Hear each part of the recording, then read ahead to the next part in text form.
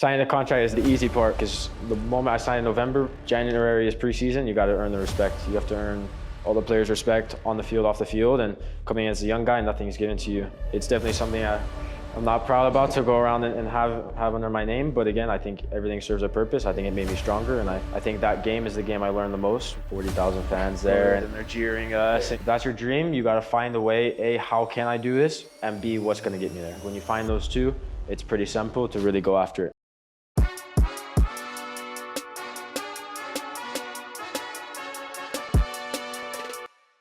Welcome to the Winners Club podcast. I'm your host, Bryce Wilson, and today I'm here with professional soccer player for FC Dallas, Nolan Norris.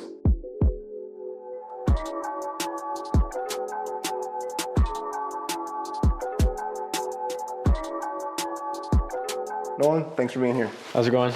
Good. So we're going to get into your mindset and also what it's like being a professional athlete. But first, I want to hear about your journey to become a professional athlete. So who were you as an athlete growing up? I was born and raised kind of in the Fort Worth area, near Keller, and I played soccer and baseball. That was my two things, and I just loved the game so much. And I kept developing until I was about 12, and that's when DA was a thing. I told my parents I was like I would really like to try out for the FC Dallas Academy and see where that can take me. So they sacrificed a lot for me. I had some friends that helped, carpool, gave me to the tryouts, and I started when I was 12 with U13s. And then 13, you won the Dallas Cup. So yeah. Your first year. So what was that experience like?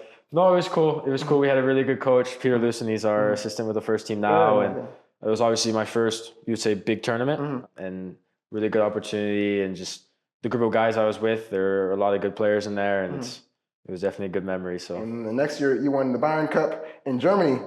What was it like winning a cup overseas? That one was different. I'm not going to lie, because I was about to go overseas right after that with the national team, but this was going to be my first time, so I was really looking forward to it. First game we were playing against Bayern, boom, smacked 3-0, and we're like, okay, this is a different level. Played against Juventus, and it's like, okay, we got to lock in now. Kind of getting killed. Second half, we come back, we win the game. And it's just, we played against some good teams like that, went to the final, getting smacked by Bayern again, 2-0. And something happened, like we again had a really good group of players. I think 8 of us were playing with the national team at that time, which is unheard of. That doesn't happen. And we had a good second half, 2-2, won in penalties. And that honestly, for a youth team to go over and do that, I would say it was pretty special. So does it happen often, like American teams winning overseas? I think it's probably going to happen a little bit more often.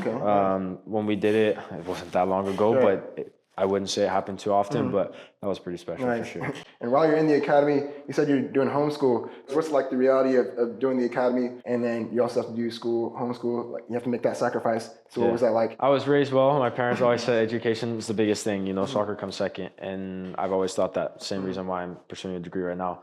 With the academy, it was train in the mornings. You get all your stuff done, and then you come home, boom, knock out your school, get your priorities done, and then you can do whatever you want the rest of the day. But definitely schoolwork was very important, whether I went to the school, whether I was homeschooled, but I've always been homeschooled, and I really appreciate the pros that brought. It helped me maintain my faith, I would say, a lot more than maybe if I went to school, but definitely find your balance and you're set. And you're pursuing a degree right now. How are you fitting all that in?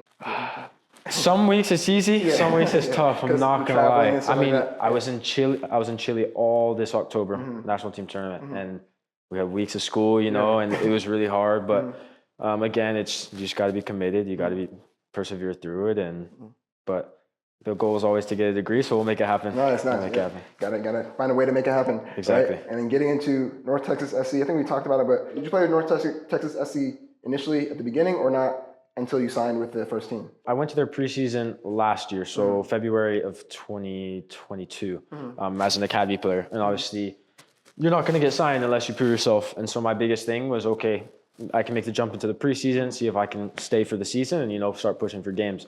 And we had a good coach last year that believed in me, kind of gave me some opportunities in the preseason, showed well, and then in the season it was really good for me. I got games, but no, I was an academy player, just trying to earn my way. And then kind of at the end of the season is when we sat down with the club, and that's when they offered me a deal. So. And you achieved every kid's dream. So signing day, tell me about that day. Like, what did that feel like, signing the contract that you've dreamed about for so long? Yeah, it was cool. It's especially when you see the announcement video and you're in it.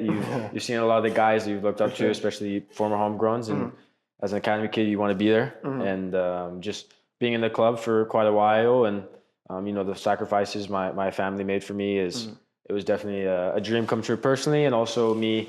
I was happy to make others proud, and but that was obviously a very special day. But is it bittersweet having the high of the contract, but then realizing that you're probably gonna have your hardest trainings you ever done moving forward? Like just started. Oh yeah, I'm a pretty even keel guy. I knew that signing the contract is the good part or the easy part. It's because the moment I signed in November, January is preseason. You got to earn the respect. You have to earn all the players' respect on the field, off the field, and coming as a young guy, nothing's given to you. So I knew that was the easy part. That was the fun part. But I was really just looking forward to it. Honestly, just the challenge and the next level. It's see if I can make it. I want to go as far as I can. So tell me about the realities of training with like the first team and those pro teams. Like, what was the first day or first week of training like? Like, were you nervous or were you like confident, ready to go? I think naturally when something is new, you can tend to be a bit nervous. I was. And I don't think there's any shame in that. But I think the biggest thing is you got to believe in yourself, and you have to know that you're here for a reason, and you're here to earn respect. If you don't earn respect, it's game over, right? And so I just came in humble. I had to man up, introduce myself, go onto the field, and just show what I can do. And honestly, the first day, first week, I got some good touches. Got some good praise. Details really matter, and kind of that's the way I play. It's details are kind of my biggest thing.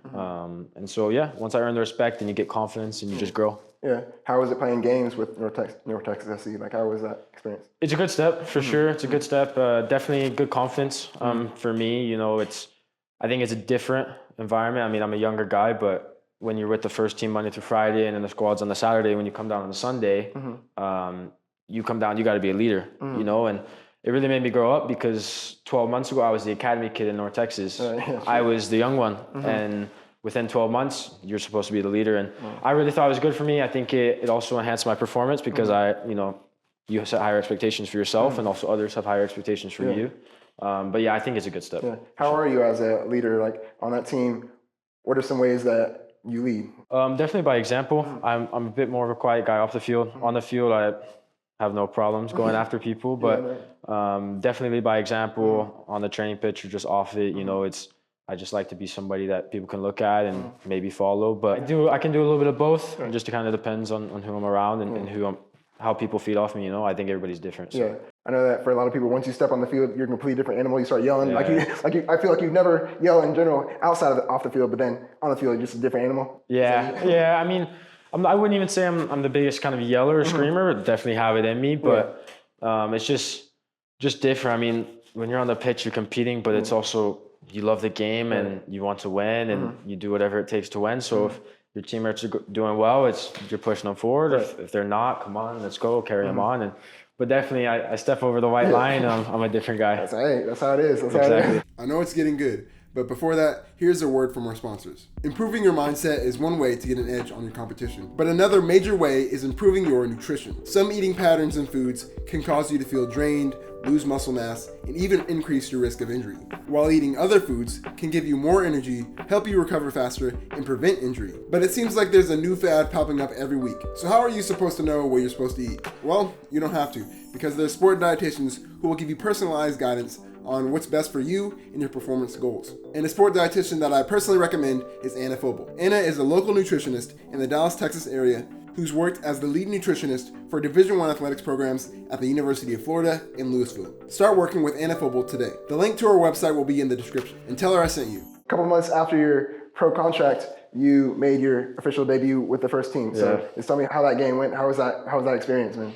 No, it was great. It was, again, something I've worked towards a long time, something I've waited for. And again, the biggest thing is nothing is given to you. So coming into preseason, sometimes you'll be put with North Texas training. And again, I love North Texas, but my goal was always, go as far as I can. Stay with first team training, push for squads.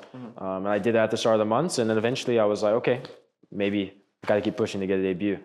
And it's just waiting your turn. There were definitely moments where, I think anybody, this might be my chance. Maybe you don't get it, can't pout. You pout, you lose, you're out. You have to keep going. And once I finally got that chance, it was kind of not in a new position, but it was in a sense where growing up, I had played a little bit in the midfield, not so much with the first team in preseason or anything. But you got to fill in, do a job. And SKCOA, sold out on a Wednesday. Yeah, that's crazy. Can't ask for anything better. So I thought I did fine, and it was just something that I was very happy about. Yeah, and that is the tough part. The first debut was an away game, sold out stadium. So what was that atmosphere like? Like, were you nervous going into it and doing a new position? Like, you just have to take what you can get, basically. But what was that experience like? Again, when something's new, a bit nervous, but again, it's when something you waited for, and at the end of the day, you're playing footy at a high level with those people around you. What more can you do except have fun? Right. I always tell myself, regardless of what I'm doing, if I'm personally am thinking too much, if I'm not having fun, that's when I'm out. It's whether I'm at the park or I'm playing in front of 40,000 with the national team, you have to have fun. And that was my biggest thing. I said, just go out, enjoy it, no regrets. And I don't have any regrets. So. Yeah, once you touch the ball, the nerves fly away and just playing soccer. Game kicks off, it's the same thing, It's the same thing as always. So the next game, and you played a game at home, I bet with family there, friends there, watching, and then a couple minutes into the game, unfortunately, you make an unlucky own goal. So during that time, what was going through your mind? Yeah, definitely something that hurt. It's home debut, special time, family's there, but that's life. And it's a play I've gone for 1,000 times.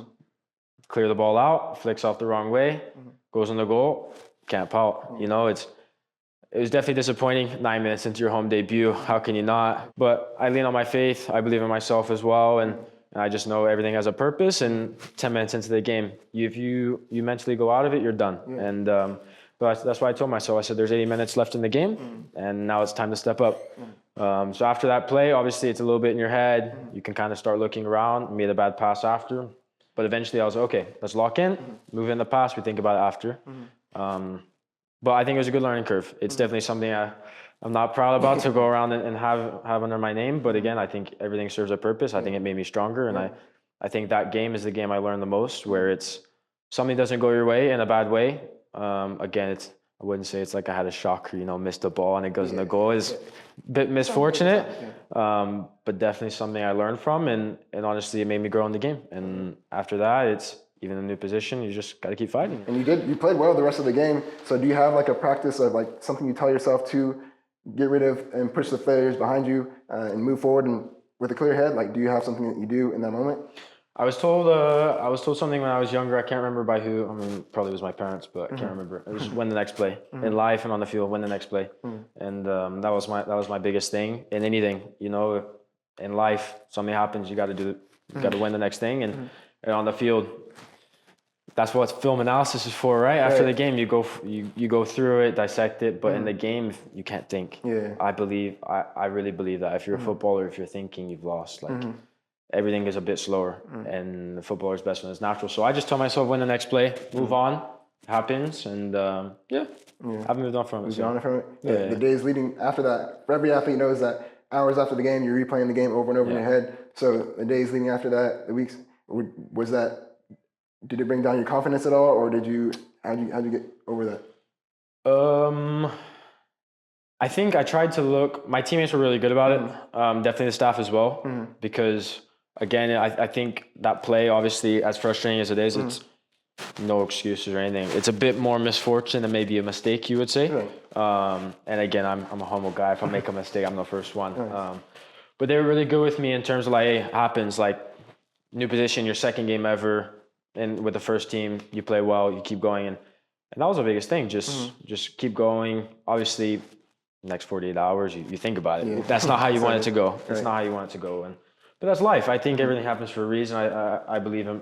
I lean in my faith really strongly, and I was just thankful for the opportunity, and now push forward. So. Going forward from that, throughout the season, you're playing both with FC Dallas and North Texas, because that's how most professional athletes are. You're going to probably be playing with the first and second team just to get more experience and confidence. But how does that mess with you mentally?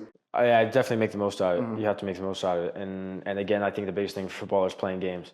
So whether it's with the first team or the second team, I need to play games. And obviously, training with the first team Monday through Friday is great, and being in the squads is great. But regardless of where I'm playing or who I'm playing with, I just love to be on the field. So definitely when I'm with North Texas, it's something that I appreciate. I need the minutes, and I take it as like a leadership role, with the guys. So. And that brings us to present day. So that was a bit about your story. So now we can get into your mindset. So first off, is there any mental health practices you do to take care of your mental health, or how do you take care of your mindset as a professional athlete? My biggest thing is again my faith in God. That's my biggest thing in life. Faith, family, footy is the way I live, and that's what I lean into. So I would say definitely putting everything stress wise or worry wise about the game with him, but definitely always before the game it's take a deep breath, relax before the game, keep it quiet, tell myself why am I here, what am I doing it for. I'm here first of all, have fun. If I don't have fun, I've lost. And again, go have fun, make your parents proud, and play well. Yeah. Do you have a pregame routine, or is it kind of just, what's your pregame routine if you have one? Sleep in, watch some Premier League, eat a good lunch, get a coffee on the way, get to the game. Again, just really chill before the game. Don't like all this hype stuff. I'm really calm. I know some people like, the big either party music or big rap, and just calm. Come back after warm up, pray, just relax, be myself, and then I'd say I don't even really talk much in the locker room until we get to the field, and that's when we switch. That's when you start yelling at people and everything. Somewhat depends on who you are. No, I'm kidding. So you've been in the academy playing at a high level for years, a long time, and training does sometimes get monotonous, even though we do love it. So do you have any way that you maintain your discipline to keep coming back to training every day?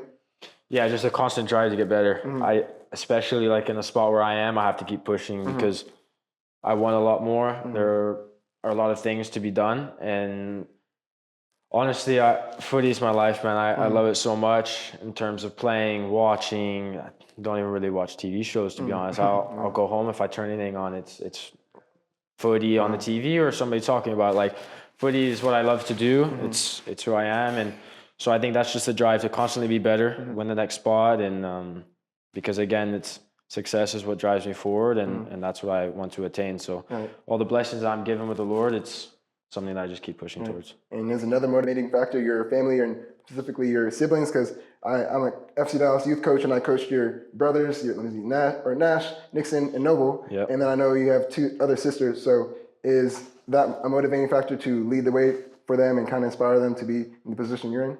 For sure. Yeah, it's definitely a responsibility.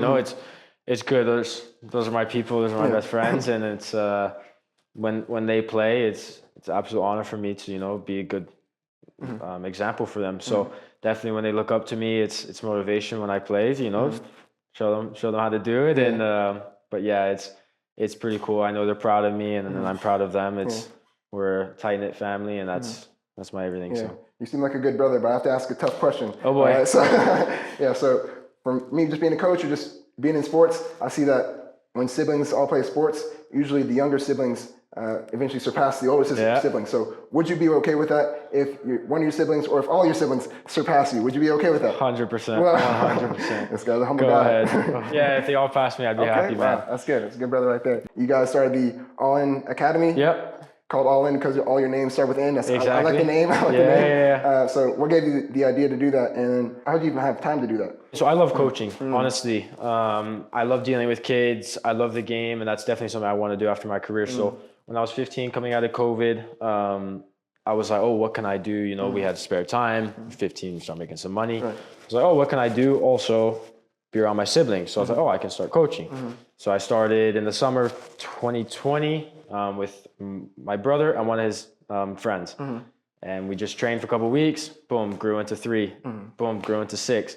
And it's just, I enjoyed it. Something that I like to do. And once we got to about 20 kids, I was like, oh, let's make this a thing. And so I made a website myself, kind of started getting the word of mouth out there. And I was like, what's the name going to be? And obviously, our family, all the kids' names start with an N and last name Norris. So I was like, well, I always believe if you commit to anything in life, you got to be all in. And that's the way I like to live.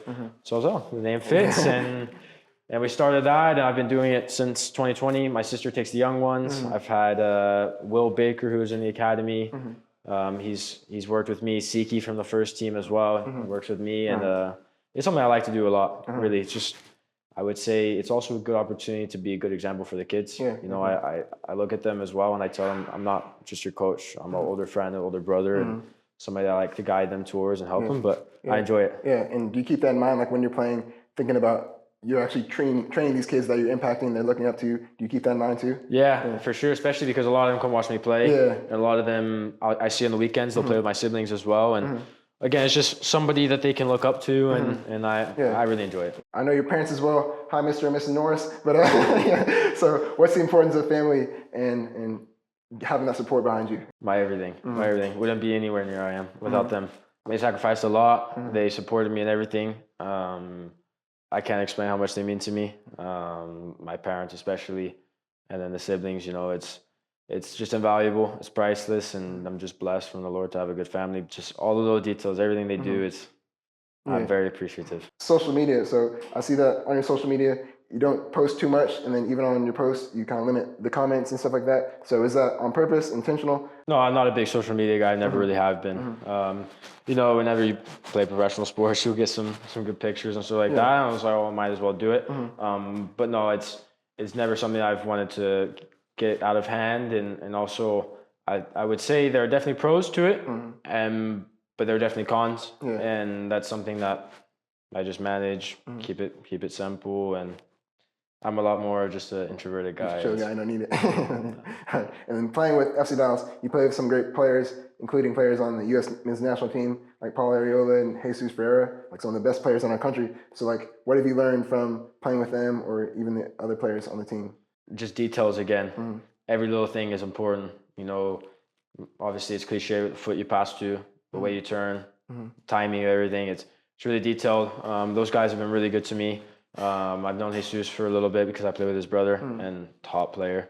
Paul, great captain, legit, you know, great career. He's a proper guy. And it's just taking the little things. I think it's also about watching what they do, not only inside the field, but outside it as well. The little details of how they take care of themselves, how they speak. And it's really watching them and then talking to them. And also just on the field, you got to step up, you know, you got to step up. They're not going to take it easy on you. No, right? no, exactly not. We touched on it already, but the youth national team, U19, you won like the Slovenia Cup, right? Yeah. So what's been your experience and learnings from playing with the youth national team? Oh, those are honestly, other than my debut, my best memories from playing soccer. You know, it's always a special feeling when you play for your country, but it's also surreal memories. I would say you make really good friends. Some of my best friends the rest of my life are from there. I've been blessed with a couple others to be part of that kind of system since I was 14. Definitely an honor, definitely a blessing, something that I continue to work towards, and really blessed, but it's a very good time. Overall, it seems like you have a great mindset, but if you had to pick one, is there any mental weaknesses that hold you back in your game that maybe you're trying to improve, or something that you've just noticed throughout your career? I would say naturally, I'm a big thinker, so you can overthink anything off the field, on the field. Again, that's where it kind of goes back to what I'm saying. You know, you just gotta relax. You just have fun, enjoy yourself, play your way, and you can't get caught up too much into what other people say. Obviously, what your teammates say are very important. What your coach says is very important, of course. But if you give all your attention to that, you lose sight of yourself. And I think once you lose yourself and you start playing for others, it's game over. So I think it's very important to take what they say, and also you knowing who you are, believing in yourself, and that's just what I do. So backing myself regardless. Are there some things you do to kind of limit your overthinking, like some things you, like writing down, journaling or stuff like that? Like, is there anything you do to limit your overthinking? My biggest thing is praying. That's the biggest reliever. Biggest thing is praying, but also just tell myself to just relax. You know, especially when I'm on the field, it's easy. Just relax and go play. Enjoy it. But yeah, praying and just relaxing. So. You've given us some great insights so far. So now we're getting to the final five. These are the final five questions I like to ask every athlete. So the first one is, what's a misconception about being a pro athlete? How constant it is. I would say some people think, oh, you wake up, you go to work to train in the morning, you're done by 1, you're doing nothing the rest of the day, which, to be honest, part of it is true. For me, I'm a busy man, but I think everything is very important. I mean, even off season, like you really watch what you eat because they do certain tests on you, and just every detail is taken care of so importantly that you go a couple of days slacking off, it's a problem. But yeah, I think the biggest misconception is that it's a very easy lifestyle, that it's just 8 to 1, and then you're done, which again, I'm not here to complain. Like that's a dream. That's the dream lifestyle for me. But I would say, yeah, just the fact that you don't really do anything, and I would just say you're constantly watching yourself. Right. But you added on school and working academy and all that stuff. So you had another stuff, and you're a busy man. Yeah. But the second one is, what's the worst experience of your career, but that you can now look back at as a funny story or a funny memory? I mean, actually, I would just say like the whole playing in Chile thing was just funny because we were playing against Chile and 40,000 fans there, and it's like you go to the game, and the funniest thing for me is that you would think you would be nervous, and all of us, like we get outside the stadium, and there were obviously a lot of people there. We get to the stadium just to walk around the field 2 hours before the game. A lot of people there, and we go out for the walkout, and once we're doing the anthem, it's like, oh my goodness, and it was funny because I was talking to a lot of the boys after, and you would think that's the moment you kind of tense up, and I literally told them, I was like, that was the one game that I lost all nerves or any anxious ever in the anthem, and it was just because I was excited. It's like when you may never get this again. Exactly. Yeah. And it's just like, let's go have some fun. Like, let's go play. But that was obviously, it's not too funny, but it's definitely something that like it was something I noticed, and with the boys as well. It's just such a surreal moment that it's like I've never really just felt it just go away before a game. And something that you wouldn't really expect. Yeah. Did you hear the crowd talking to you or say anything, or is it just like a wall of noise, or what did you hear during the game? No, yeah, it was a lot. I mean, I would say, South American footy is a bit different. And I would say, I mean, we're going out for warm-ups and we're doing, stretches, and they're jeering us, and, they're hitting us with some whistles. But no, it's just constant. You make a bad pass and it's on you. You make a tackle and it's on you. But it was good. I really enjoyed it. So I'm grateful to be there and just got you from that. 100%. Yeah. And what's your best memory of your career? Like if you had to pick one out of all of them, is there one that sticks out as the best memory of your career? I would say honestly, it might be that game. It might be that game or my debut. Those are obviously, I would say debut is my biggest game for the club, and that was my biggest game for the country. But I would say maybe my first goal for the national team. That was in Slovenia Cup. That was pretty special, kind of individual moment as well. Don't score too many goals, but that was just a crazy story because we went to Slovenia in the first game, like we were playing Malta, and I'm not gonna lie, I didn't really show up. I didn't really play well. I don't know what was up with me, lacking a bit of confidence. And it was crazy because I was on the phone with my mom. She was really encouraging me, and the next day, my coach almost pulls me aside. He's like, "Hey, are you good? Like, we're gonna need you to step up." I'm like, "All right, like, okay, I got you." And it was just you really had to battle, like, okay, put everything behind you. And it's just kind of a God moment because before the game I was a bit nervous. Like, I got to step up here, and I had a good warm up. And as I'm walking in for the warm up, an assistant pulls me aside. Didn't normally really talk to me, and he goes, "Today you're gonna show how good of a player you are."